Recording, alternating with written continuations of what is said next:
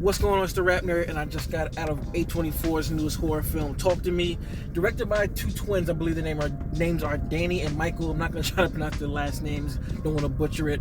But apparently they're YouTubers that I didn't know, and that's one of the big things that's been said about the film. And the directors, this is their directorial debut, and they fucking crushed it. Oh my God, they crushed it. This movie is easily the scariest film of the year so far. Oh boy, like and it's scary. It's scary in such different ways, man. Like the imagery is haunting. The way they play around with these concepts is just so good to see. This is it's another proven point why fresh concepts and fresh takes on something we've already seen make the worlds of a difference when you have a creator who knows what they're doing, man. It works all the way here. So, seen the trailer.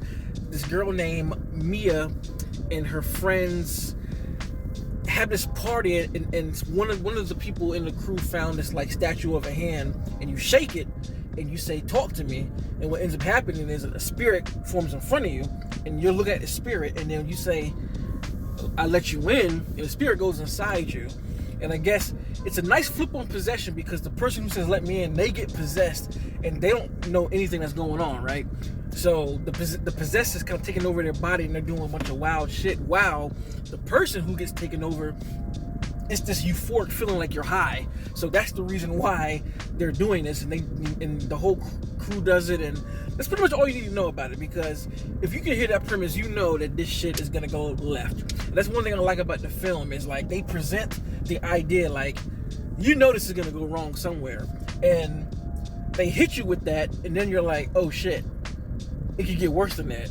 But I kind of figure where it's going. Oh shit, it can get worse than that. Like they present what's going to happen. They hit you with it, but it doesn't take it away, because again, when you get hit with different things, you're like, oh, this just got worse and worse than I expected. And actually, the film went a different place than I expected, because the trailer doesn't really give you much. I thought that this film was going to take place in like one room, just in this spot, but it doesn't. You know, it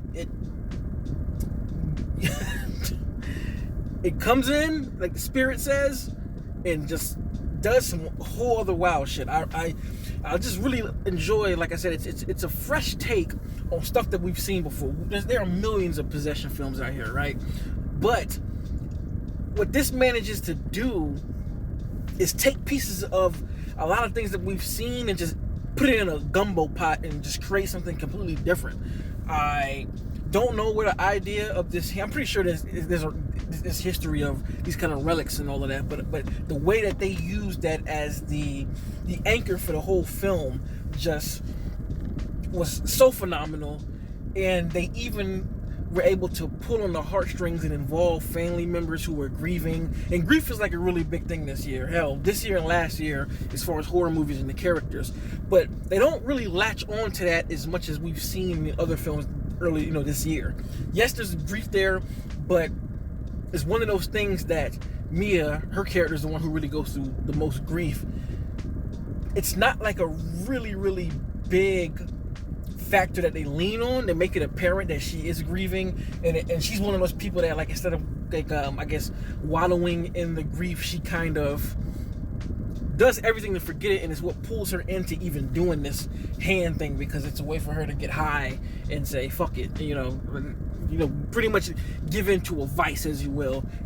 And instead of drugs and alcohol, she does this, and it just goes completely wrong.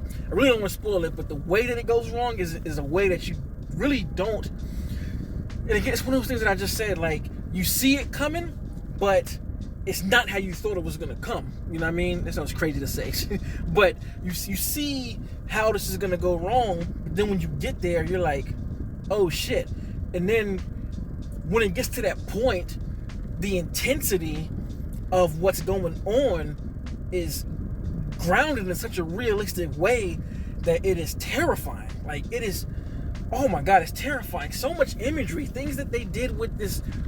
Oh my God! Like, there's one scene when Mia wakes up and she's sitting in this dark room, and she's just scanning the room, and then something happens, and it just, oh boy, like, something about the imagery and the way that these ghosts look, right? It just,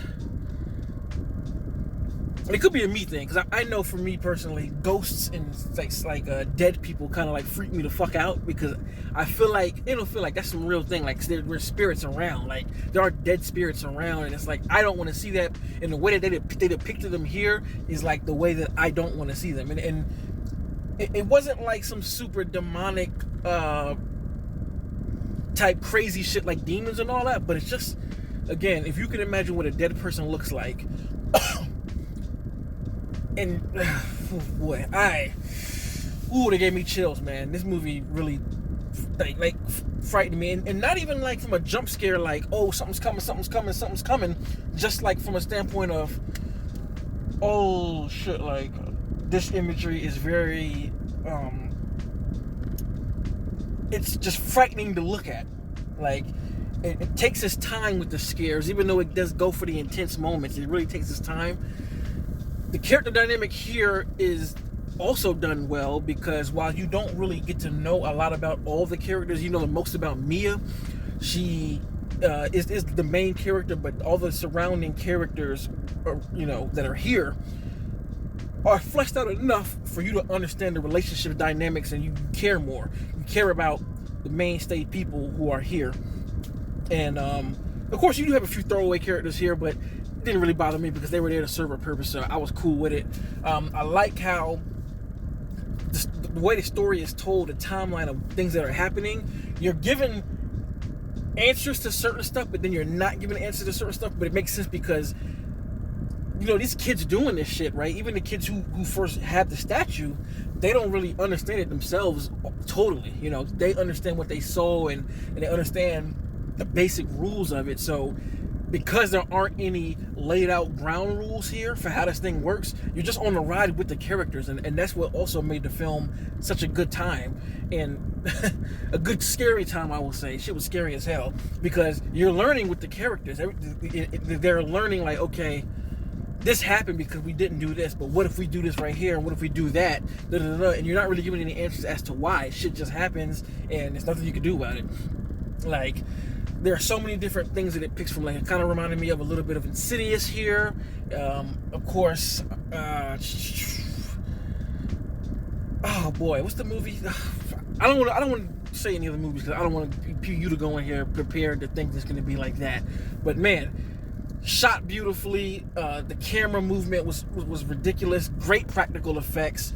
Like, stellar performances too. The performances were incredible. Everybody who was in the film stepped up and gave their all, and their raw and just convincing performances really pushed this movie up even more. Like, horror lately has just been crushing it with these performances. The performances here are on par to me with like Boogeyman, from the performances of all the horror films this year. That to me has the best performances out of all the films, and this one here to me matches that, maybe even a little bit better.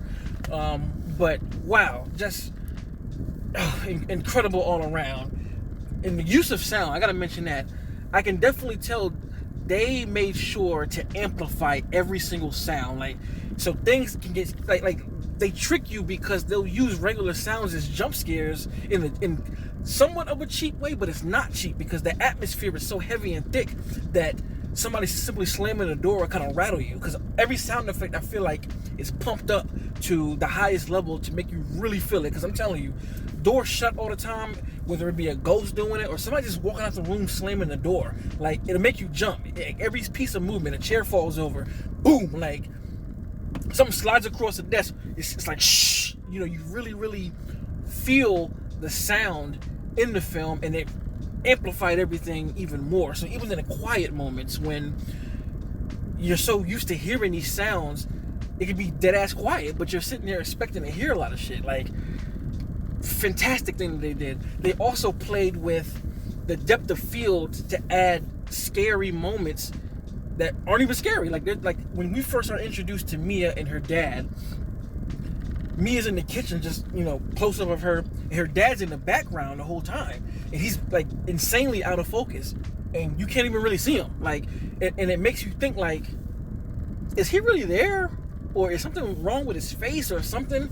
And there's a mad moments that do that in this film. It's such a great camera trick to create tension and put the audience in the seat of not knowing what's going on or what's happening. Stellar choice, man. God, this movie was done. Oh. As a horror fan and a director, I'm watching this shit like this is a mastery of the genre at work. Like this is going in the category of the bangers for horror films this year, because this one slaps. So if you want to talk to me or you're interested in seeing it, please go see it in the theater. It's really, really worth it. I had a great time watching it. Scary as hell, tension filled, and just a message to stop fucking around with shit you don't know about. Dead ass. So let me know in the comments if you have seen it. Where do you rank it amongst the horror films this year? And if you like this kind of content, make sure to like and subscribe. And if you already are subscribed, thank you. And until next time, peace. RapNerd Productions, no capping, that's word to mommy.